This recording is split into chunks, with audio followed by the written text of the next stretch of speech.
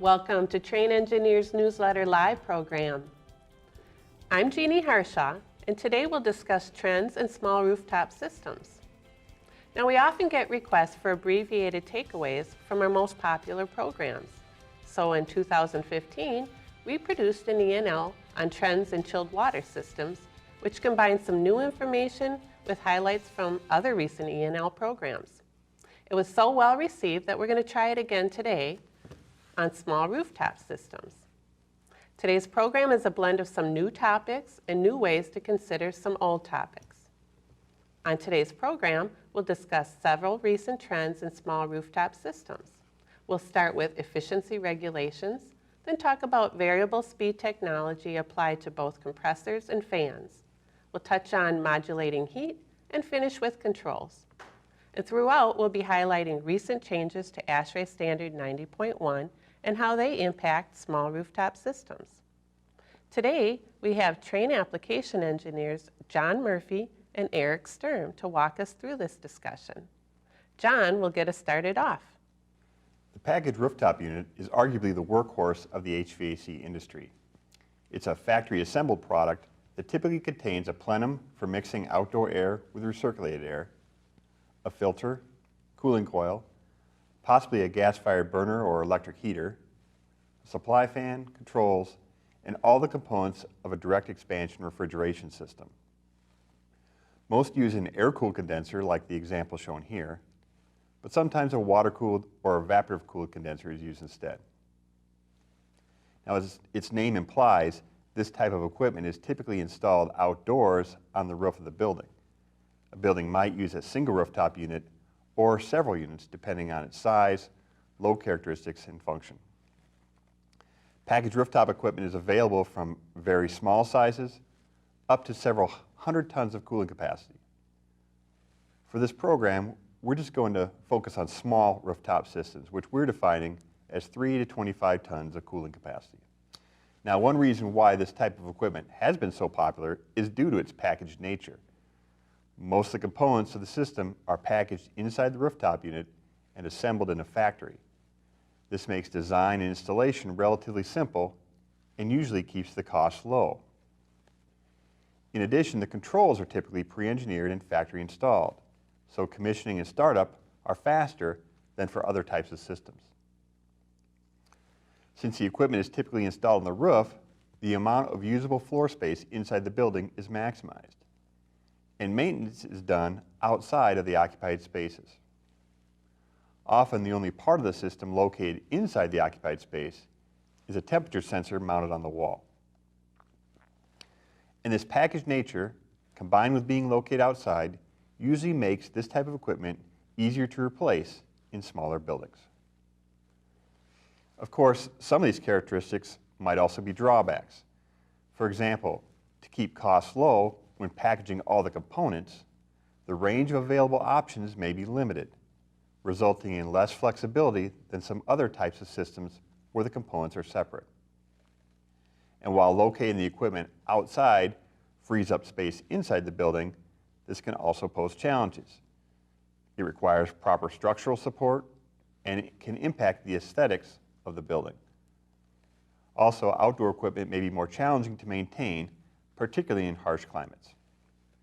And finally, space is required for ductwork inside the building to transport the cooled or heated air to the occupied spaces. As I mentioned, on today's program, we're going to discuss several recent trends related to these small rooftop systems. The first trend is related to efficiency regulations. Minimum efficiency requirements for small rooftop equipment can come from several sources, from national or regional regulators down to even local regulations in some cases. John? Probably the most familiar to this audience are ASHRAE Standard 90.1 or the International Energy Conservation Code. Standard 90.1 includes tables of minimum efficiency requirements for a wide range of HVAC equipment. These tables are then adopted by the IECC in its following code cycle. For example, the tables from the 2010 version of Standard 90.1 are adopted into the 2012 version of the IECC, while the tables from the 2013 version of 90.1 are adopted into the 2015 IECC. But the U.S. Department of Energy also plays a role. For small rooftop equipment, the DOE has historically mandated minimum efficiencies through the use of federal regulation. Here's an example.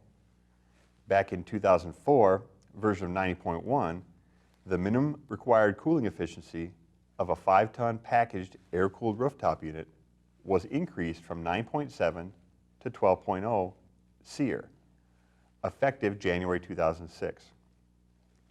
Now, these increases in minimum efficiency requirements are typically handled by the Standard 90.1 Committee, working in conjunction with the AHRI committee that corresponds to each product category. But in this case, the Department of Energy announced in April 2004 that it was requiring the minimum efficiency to be increased even further, from 12 to 13 SEER. So the 90.1 committee issued an addendum to make the standard consistent with that federal regulation. And now, just recently, the DOE regulated that this minimum efficiency be increased from 13 to 14 SEER, effective January of 2017. This change was included in the recently published 2016 version of ASHRAE 90.1.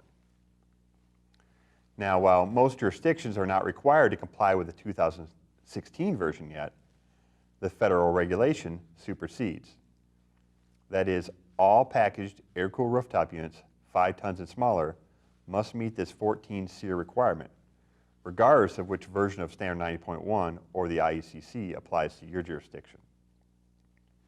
Now, in addition to more stringent minimum efficiency requirements, another trend has been to move from full load efficiency to a more blended or seasonalized efficiency metric. EER is the ratio of cooling output at AHRI standard rating conditions divided by the power consumed at those same conditions. This provides a full load efficiency metric. SEER, or the seasonal energy efficiency ratio, is a ratio of a season's worth of cooling produced divided by the same season's worth of energy used. It's sort of a blended efficiency metric that attempts to encompass both full load and part load operation. And finally, IEER, or the Integrated Energy Efficiency Ratio, is another blended efficiency metric. It's a time-weighted efficiency calculation at 4 load conditions, 100, 75, 50, and 25%. So for packaged air-cooled rooftop units that are 5 tons and smaller, SEER has been the metric used for minimum cooling efficiency for many years now.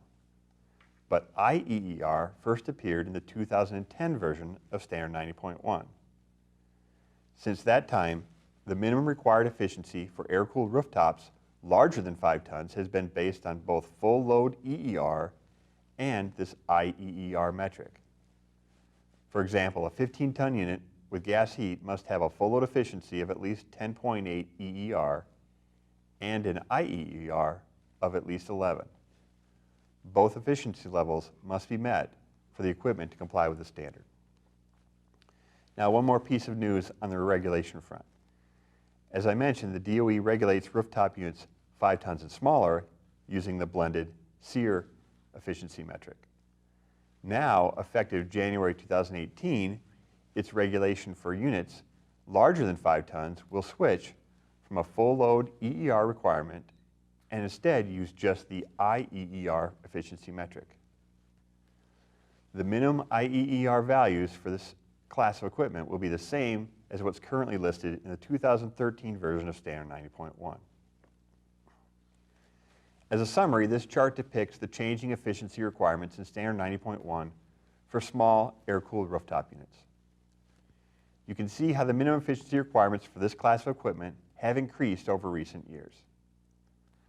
And while minimum IEER requirements were added in the 2010 version, you can also see that they've increased in more recent versions of the standard. Now, there's a large number of small rooftop units installed every year, which is one reason why the DOE focuses on this class of equipment. Regulating higher efficiency levels can have a significant impact due to the number of units and buildings affected. Also, unlike some other classes of equipment, the vast majority of small rooftop units purchased are at the minimum required efficiency level. So regulating higher minimum efficiency levels has a significant impact. Thanks, John. Let's move on to our next trend. Eric will walk us through what's recently changed in rooftop refrigeration systems. When it comes to rooftop refrigeration, the heart of the entire system is the scroll compressor. Let's quickly review how it works. This type of compressor features two similar spiral halves called scrolls that mesh within one another. The upper, or stationary scroll, is fixed. There's a discharge port in the center of it. The lower scroll is driven by a motor and orbits within the stationary. While orbiting, a pocket is created for refrigerant gas to be drawn in. A thin layer of oil provides a seal to prevent compressed refrigerant from escaping. It might be helpful to see an animation of this. Here, you can see a cutaway of the whole unit, but with the top of the stationary scroll removed. Refrigerant vapor, first used to cool the electric motor, is drawn into a pocket through the suction on the right side, shown as blue gas. As the driven scroll rotates, the pocket volume decreases and the refrigerant is compressed. When the pocket reaches the center, the compressed gas is released through the discharge port to the condenser. Now, of course, coil load varies throughout system operation. The compressor must match the load, so some sort of unloading strategy is needed. Manufacturers can alter compressor operation with on-off control, hot gas bypass, or variable speed motor control. Manufacturers can also alter the traditional scroll compressor design by using a digital compressor or pocket unloading. Of the options available, variable speed does quite well when it comes to energy efficiency and part load operation. One trend has been to pair permanent magnet motors and variable speed drives with scroll compressors. These motors are brushless, which reduces friction, and the current losses in the rotor are smaller when compared to induction motors. Introducing a variable speed drive can add 2 to 4% of loss at full load. Now here's a chart that shows efficiency as a percentage along the vertical axis and frequency on the horizontal axis. First, the variable speed permanent magnet motor efficiency is shown from 30 to 90 Hertz as the green curve. Finally, the variable speed induction motor efficiency over the same operational range is shown as the blue curve. At lower frequencies, the efficiency of the induction motor drops more than the permanent magnet motor. And here's a chart that compares energy consumption of a fixed speed and variable speed compressor at 4 operating points, all consistent with IEER. Both compressors are of the same cooling capacity, 6 tons. Remember that IEER is a weighted average at 4 loading points, 100%, 75%, 50%, and 25% of design cooling capacity. Also, the latter 3 operational points include some ambient relief. The delta between the design condenser temperature, say 95 degrees, and the test condition. So here are the first 2 operating points at 100% load and design condenser conditions. The green point is the variable speed compressor, and the blue is the fixed speed. Notice that at full load, the variable speed compressor actually draws a little more power than the fixed speed compressor. This is attributed to those losses at the variable speed drive. As the load and ambient conditions decrease, the variable speed compressor starts to show benefit. And that trend continues as the load and ambient temperatures decrease further. Now looking at these operating points, it seems like the difference between them is slight, but that's not really the case. For example, at 50% load, the fixed speed compressor uses a time-weighted 1,425 watts versus 973 for the fixed speed. That's nearly a 32% reduction in power at the same load and ambient conditions. Now, this was a straightforward example of 2 similar scroll compressors and not necessarily indicative of all compressors. Some rooftops use a single compressor, while others might use multiple. Here's a system operation example where both a fixed speed and variable speed compressor are paired together. The compressor on the left is a variable speed unit, while the one on the right is a fixed speed. When there's a call for cooling, the unit controller will start the variable speed compressor and control it to maintain discharge air temperature. The variable speed compressor capacity is increased to match the load until it reaches the capacity of the fixed speed compressor. At this point, the unit controller starts the fixed speed compressor, then the variable speed compressor is reduced to its minimum speed to prevent overcooling the supply air. As the cooling load increases, the unit controller will modulate the variable speed compressor to maintain the discharge air temperature. The compressors are staged down in the reverse order. There are some other benefits to using variable speed compressors, including precise discharge air temperature control, being able to operate down to 15 to 25% of full speed, and the ability to better retain refrigerant gas in the compression pocket at lower speeds.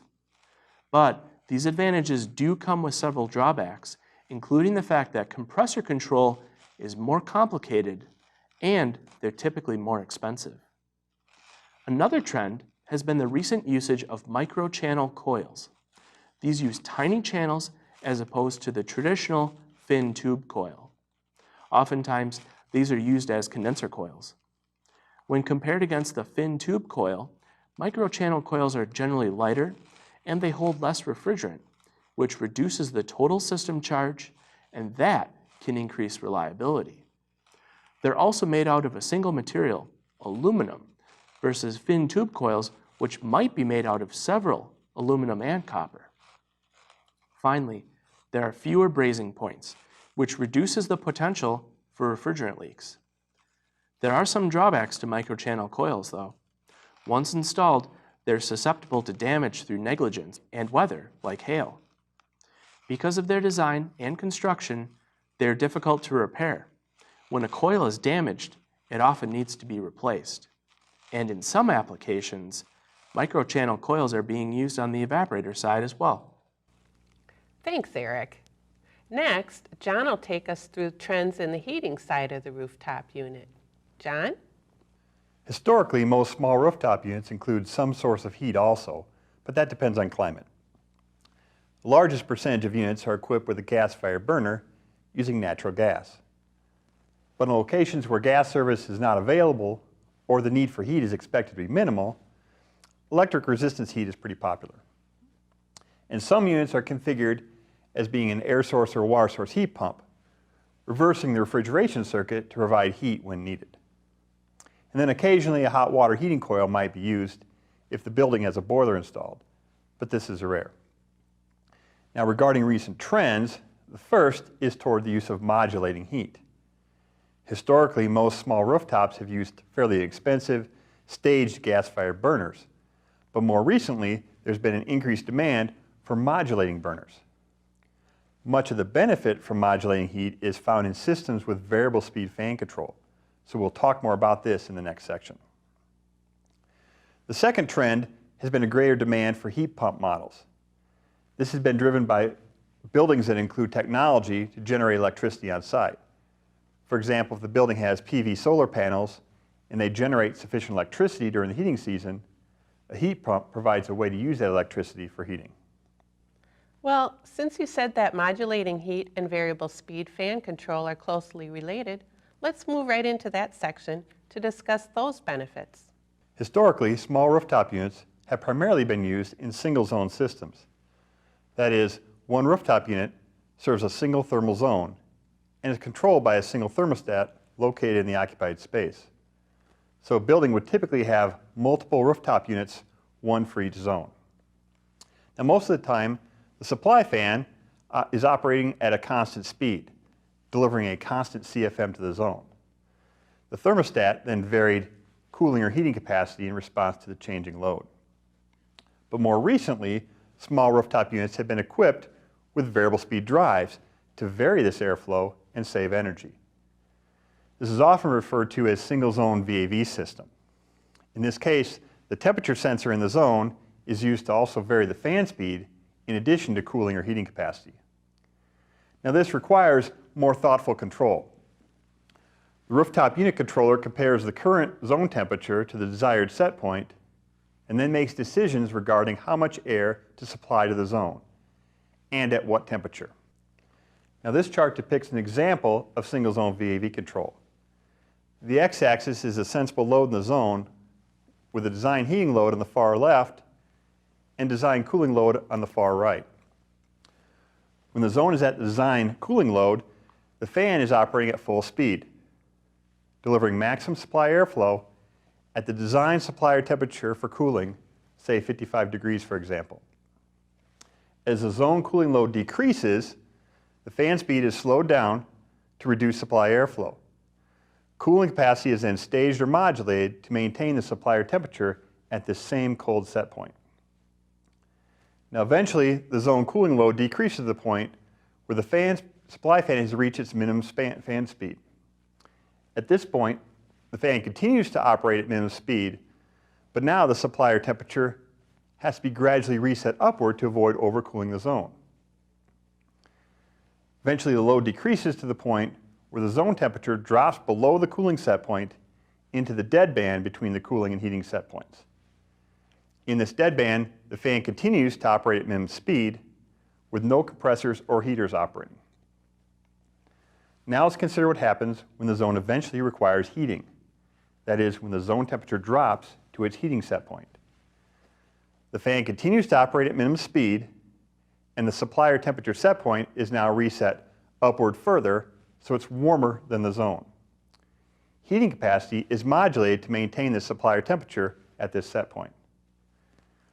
Now eventually, the zone heating load may increase to the point where the supplier temperature reaches a preset maximum limit, say 90 degrees for example.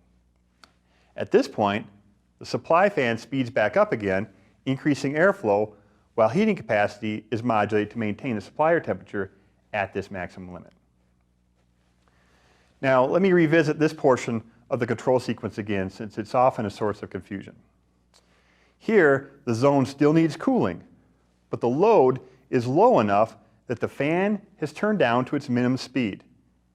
Even at this minimum airflow, 55-degree air may provide too much cooling, causing the zone to overcool. So the supply air temperature set point needs to be reset upward. Now, if the space latent load and outdoor humidity level are both high, at times when the space sensible cooling load is so low that the fan has turned down all the way to its minimum speed, the space humidity level could rise as a result of this warmer, wetter supply air. But how likely is this combination of low space sensible load, high space latent load, while it's still warm and humid outside? From what I've seen, the biggest culprit is oversized equipment.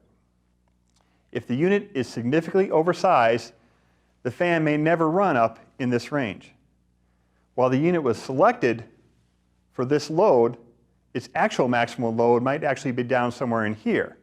So it doesn't take much reduction for the fan to reach its minimum speed and the supplier temperature set point to start needing to be reset upward. So oversizing is bad when it comes to humidity, even if you have variable speed fan control. The other culprit is a zone with extreme variable occupancy. An example might be an auditorium, where the design load is based on a person sitting in every seat. But normally that zone only has a few occupants. In this case, the unit may not technically be oversized for those few times with full occupancy, but it performs like it's oversized for the vast majority of operating hours. For this application, some single-zone VAV rooftop units can be equipped with hot gas reheat also. In this case, variable speed fan control can do a good enough job of limiting indoor humidity levels most of the time, but the reheat can kick in if it's ever needed. Now previously I talked about modulating versus staged heat in small rooftop equipment. So let's bring on Eric to talk about how this impacts fan speed control. The control sequence that John just showed varied the fan speed in both cooling and heating modes. This is possible if modulating heat is used in the rooftop.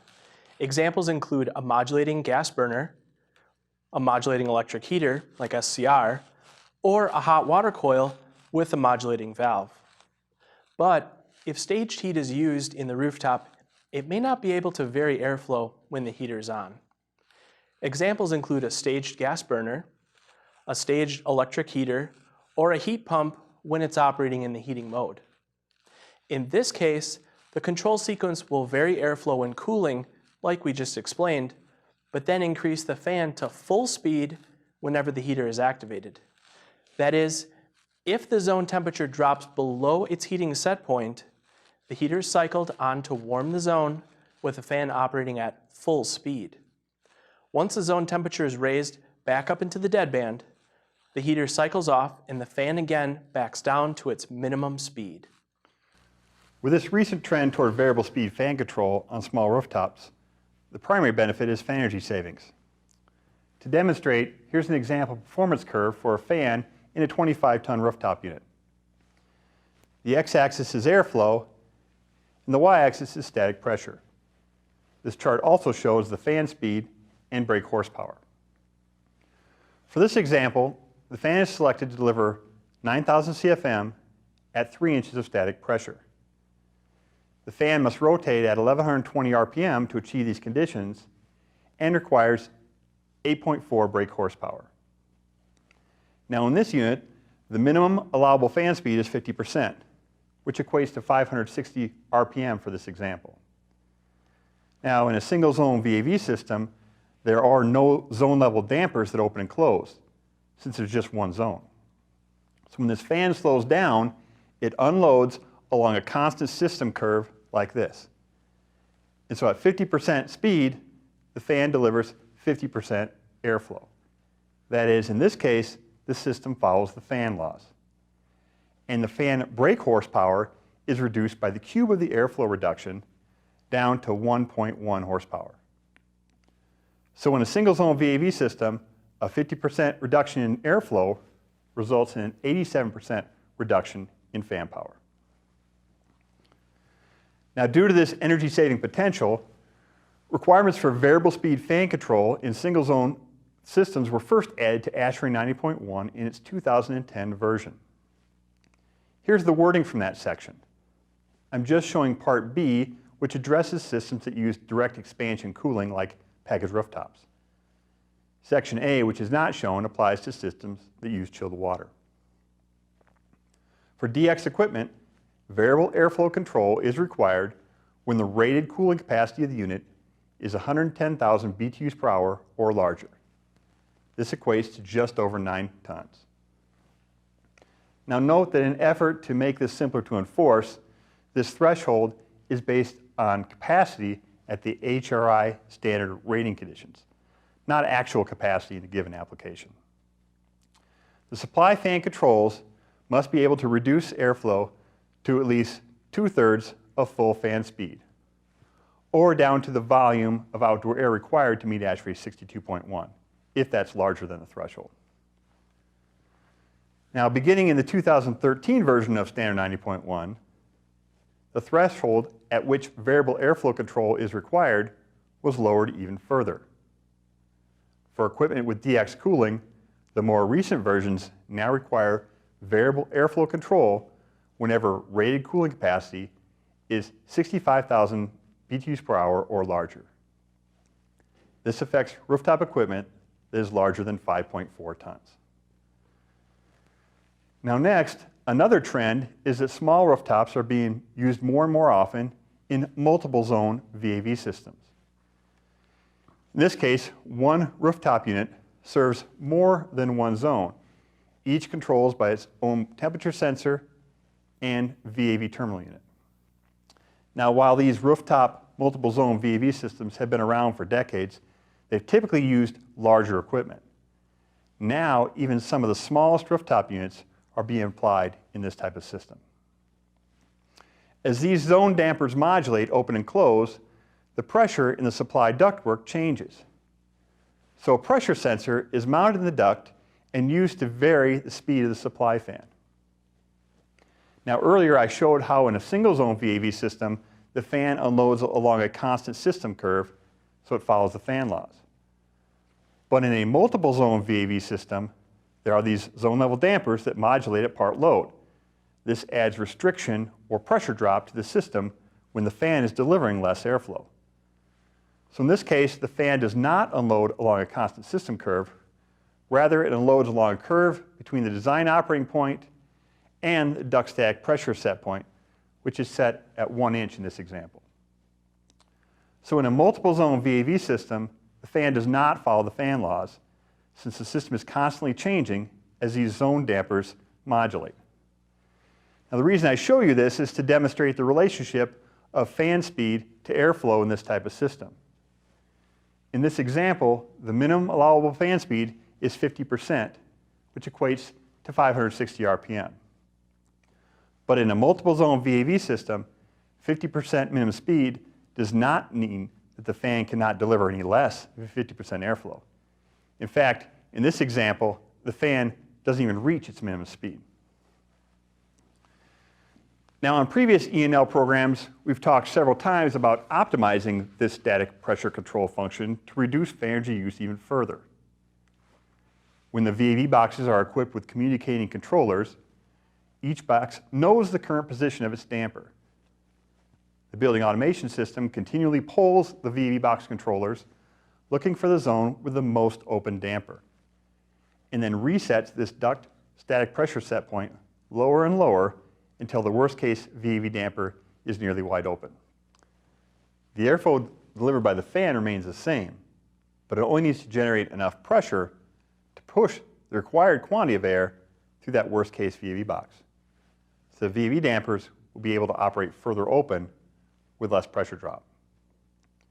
The result is that at part load conditions, the supply fan operates at a lower static pressure than it would with a fixed 1 inch pressure set point.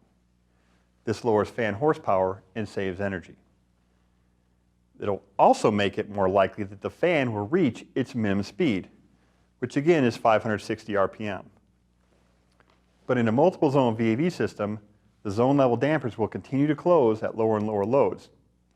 And even if the fan has reached its minimum speed, it will simply ride the fan curve to deliver less airflow if needed.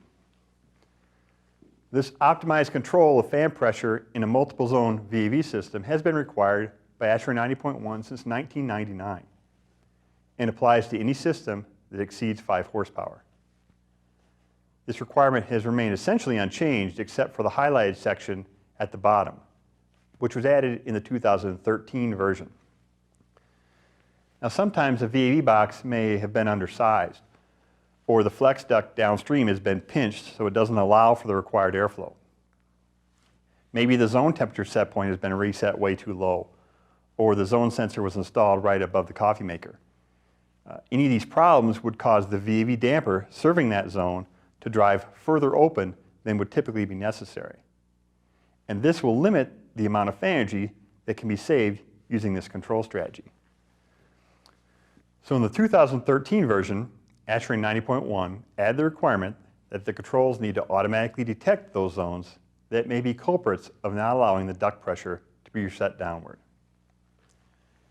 It also requires that the operator be allowed to remove those zones from the reset algorithms in an effort to achieve the desired fan energy savings.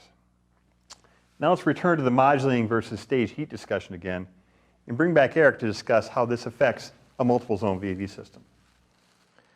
In a multiple zone VAV system, terminal boxes may include a reheat coil to warm the supply air for the specific zone served. In this example, there are 2 zones served by VAV boxes with reheat coils. Some multiple zone rooftops are equipped with a heater.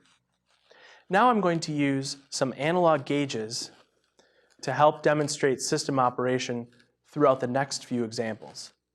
The first gauge is supply airflow, and the second is discharge air temperature at the rooftop. If modulating heat is used, the rooftop's discharge air temperature can be controlled. Modulating the heat source on VAV rooftops also permits a greater range of airflow.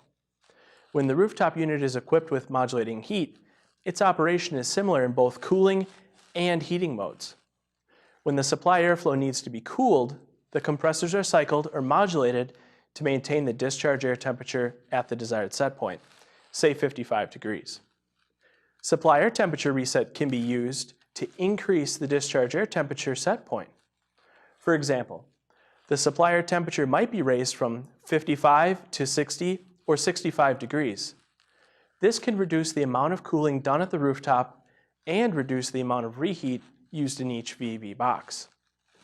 The supply fan speed is modulated to maintain the duct static pressure at set point. So let's see how modulating heat can work in a rooftop. As the loads decrease, the supply fan slows to its minimum. When it's cold outside and the resulting mixed air temperature drops below the discharge air temperature set point, the heater inside the rooftop is activated and modulated to maintain the discharge air temperature at set point, like 60 degrees. The fan continues to maintain duct pressure at set point.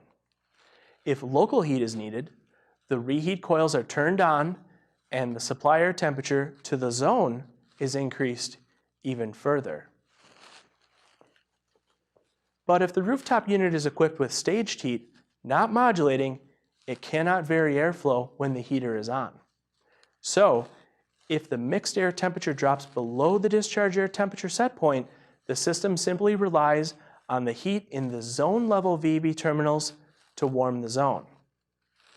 If there are zone VEV terminals that do not have heat, or if some of the zones don't have sufficient heating capacity for the current conditions, this will likely cause the temperature in these zones to drop below their heating set points. When this happens, the system can enter a daytime warm-up mode. The VEV dampers are all commanded to wide open. The supply fan ramps up to full speed and the staged heater cycles on to deliver warm air down the ductwork. This raises the temperature in all zones. When the cold zones have warmed back up, the system returns to normal operation. The rooftop unit heater cycles off, the fan slows back down to maintain duct pressure at set point, and the VEV boxes are allowed to modulate closed once again. Now, if staged heat is used, the supply fan will be sped up to the design heating airflow and held constant. The system fan is controlled to provide a constant supply of heated air. The discharge air temperature is not controlled. This is one reason why the airflow must be constant. And this is very similar to what we just saw with single zone VEV. Now, there is a variation of this called changeover VEV. This is not the same as changeover bypass. In this configuration, there are few or no reheat coils, and the modulating heat in the rooftop is used to provide warm supply air. Using a voting system, the rooftop controller switches from cooling to heating. This is the changeover. The system still operates like a traditional VEV system. The discharge air temperature is controlled to a specific set point, say 90 degrees. The VEV dampers limit flow to zones to prevent overheating, and the supply fan is modulated to maintain the duct static pressure set point. This system should use modulating heat. If a staged heater is installed, constant airflow is needed. The VEV dampers still close to limit supply airflow, and the fan will ride up its fan curve. As a result, the supply airflow will decrease and the unit may trip on low airflow across the heater. The last set of trends we'll discuss today are related to controls. Some of these are related to increased use of certain control strategies, while others are related to new technology being applied to these small rooftop systems. The first control strategy, airside economizing, has long been used in packaged rooftop equipment. It's a damper arrangement that allows the system to supply up to 100% outdoor air to reduce or eliminate the need for mechanical cooling energy during mild or cold weather. While this is certainly not a new concept, there have been some recent changes in energy codes as well as benefits from new technology. Requirements for economizers were significantly expanded starting in the 2010 version of ASHRAE 90.1. As you can see here in red, Nearly all climate zones in the continental U.S. require an economizer when the system's design cooling capacity is greater than 54,000 BTUs per hour, which equates to 4.5 tons. Only in the very southern tip of Florida, climate zone 1A, are economizers not required. John, I think it's useful to point out that in the 2016 version of Standard 90.1, the climate zones are now defined by reference to ASHRAE Standard 169. And the climate zone categories have been updated using the latest weather data. So, if you need to comply with 90.1 2016, be sure to check the climate zone for your county. It may have changed from previous versions. That's right. And as an example, Palm Beach County in South Florida has historically been climate zone 2A, but in the 2016 version, it's being reclassified to climate zone 1A. So in this case, it will not require an economizer. Now, in addition to being required in more climates and on smaller systems, improvements in control technology have led to new requirements for automatic fault detection of airside economizers. These requirements, which were added in the 2015 version of the IECC and then in the 2016 version of ASHRAE 90.1, define which faults must be automatically detected. For example, if the current outdoor conditions suggest that the economizer should be enabled, but the damper has not been opened beyond its minimum setting, that's considered a fault. If a fault is detected, the controller must be capable of reporting it to the operating and servicing personnel. Now, we produced an E&L program last year where we demonstrated this automatic fault detection and also discussed the Standard 90.1 changes in much more detail. It's listed in your bibliography if you want to dig into that further. Now, the next control strategy is demand control of ventilation. This strategy attempts to reduce the amount of outdoor air being brought into the zone during periods of partial occupancy. This reduces the cooling and heating energy required to condition that outdoor air.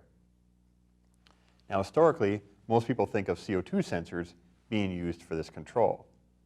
But depending on the space, an occupancy sensor, some type of people counting technology, or a time of day schedule might be more appropriate for implementing this strategy.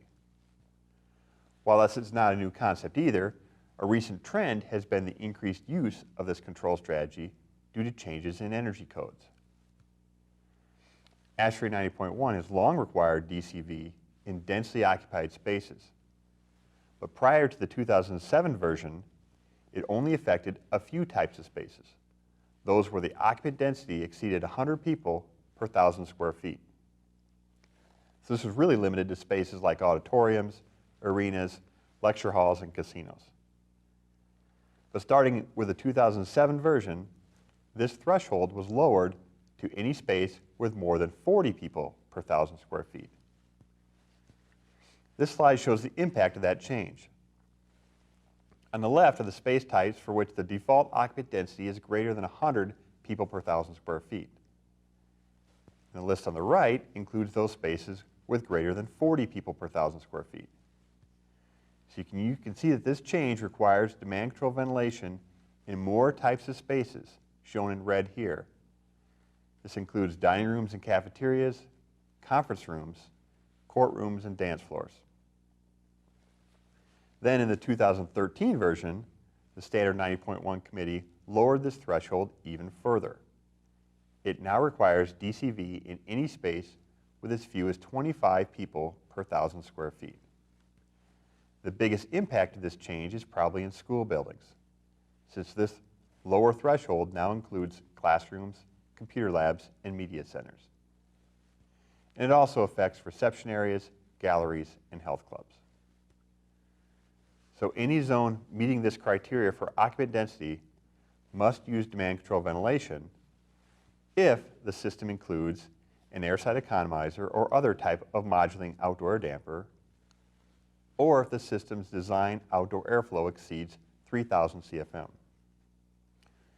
Now, while 3,000 CFM is a pretty high threshold for what we're calling small rooftop systems, most rooftops are likely to be equipped with an economizer, so would then be subject to this requirement. Like other requirements in the standard, there are several exceptions. So just a few comments related to small rooftops. First, if the system's design outdoor airflow is less than 750 CFM, then it's exempt from this requirement. Many small rooftop systems, especially those smaller than 10 tons, may qualify for this exception. And then exception 4 is related to spaces that need makeup air. For example, this applies to a restaurant or cafeteria where the outdoor air is delivered to the dining area and is needed to replace air that is being exhausted out of the kitchen. In that case, DCV would not be required. Airside economizing and demand-controlled ventilation can be applied to either single zone or multiple zone systems, while fan pressure optimization, which John mentioned earlier, applies to only multiple zone VAV systems. There's also the case for supplier temperature reset and ventilation optimization. Remember that supplier temperature reset involves raising the temperature of the air delivered by the central rooftop unit from 55 to 60 or 65 degrees, for example, during part load operation, in an effort to reduce overall system energy use. And ventilation optimization involves reducing the amount of outer air brought in through the central rooftop unit in response to changes in system ventilation efficiency as both the zone level VAV dampers and supply fan speed modulate. We've discussed all three of these strategies in previous ENL programs, but as small rooftop units are being applied more and more into multiple zone VAV systems, these strategies are becoming more common, particularly since all three are now required by ASHRAE Standard 90.1. The final trend we've seen with respect to small rooftop system controls is an increased interest in building automation. Traditionally, in a building that used small rooftop equipment, each rooftop had its own thermostat, but there typically wasn't any sort of supervisory control. But technology advances like wireless communications, connectivity, and the prevalence of smartphones and tablets has led to a greater demand for automation. Automation systems for small buildings help coordinate scheduling, optimize system control, and aid in troubleshooting problems. Another driver for this trend is a new set of requirements that Standard 90.1 added to its 2013 version. This new section defines when a system or piece of equipment must be equipped with direct digital controls. Here's an excerpt from a table in that standard, which relates to small rooftop systems. First, for a new system, the VAV terminals and rooftop unit must be equipped with DDC if the rooftop serves more than 3 zones and the fan system is at least 10 brake horsepower.